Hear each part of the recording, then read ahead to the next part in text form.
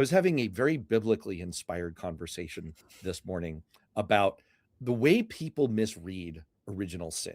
Original sin, people, has nothing to do with sex. See, I made this a sexy podcast. Original sin has nothing to do with sex. It has to do with tasting from the tree of knowledge, learning the knowledge of what good and evil is and what you can do, what is possible.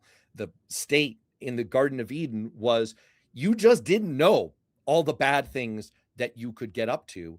And that's what the temptation was, that once you know that you can do those things, it becomes sort of inevitable. It becomes too hard to resist. That's my worry.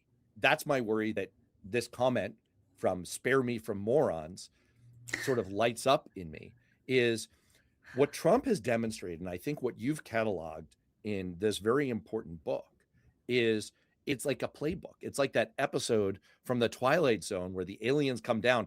It's a cookbook, people. It's a cookbook. It is a guide to all of the things that you can try to get away with if you hold executive power. And what I'm really worried about, going back 20 years to our Stafford days, is this is a playbook for anyone that's hanging from the tree of knowledge.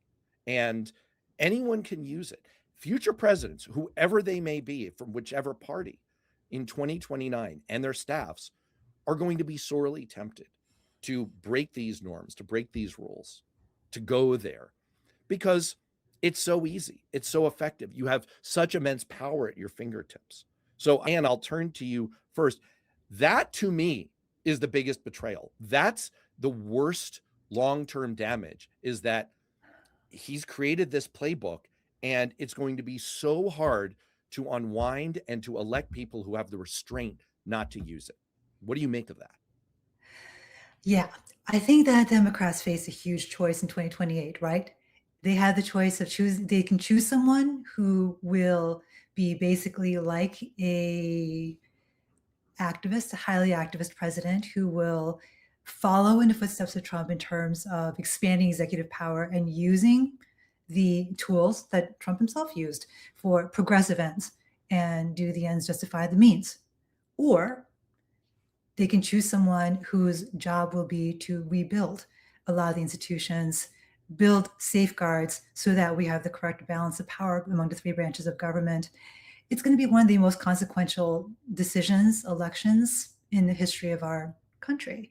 And we have ways to think about it, but I very much hope that you're wrong, Matt. I want to be optimistic that what's going to happen is you shut the barn door after the horses have left, but maybe we'll build a better barn and maybe we'll get some better horses. That's the hope. I've never yearned so much to be told by a stone cold expert like you that I might be wrong. That would be great. Ira, I'll give you the final word. No, but I agree with Ann, actually, as usual. I think I think he's a distinct and unusual case. I think he's sui generis, basically. I think that the next president will not be like Donald Trump. And indeed, that's important. That's the important reason why his presidency has to be rejected so emphatically. We went 250 years without having a president like this.